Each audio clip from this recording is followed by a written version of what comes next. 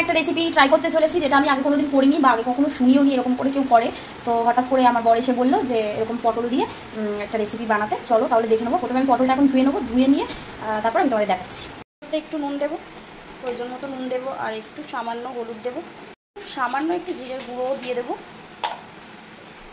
সামান্য একটু গরম মশলা দেবো না, এর মধ্যে আমি একটু অ্যারারুট দেবো, খুব সামান্য পরিমাণে একটু অ্যারারুট দেবো, অ্যারারুট দেবো, কিন্তু এর মধ্যে আর জল দেবো না, একটু মেখে নেবো সব কিছু দিয়ে ভালো মতো।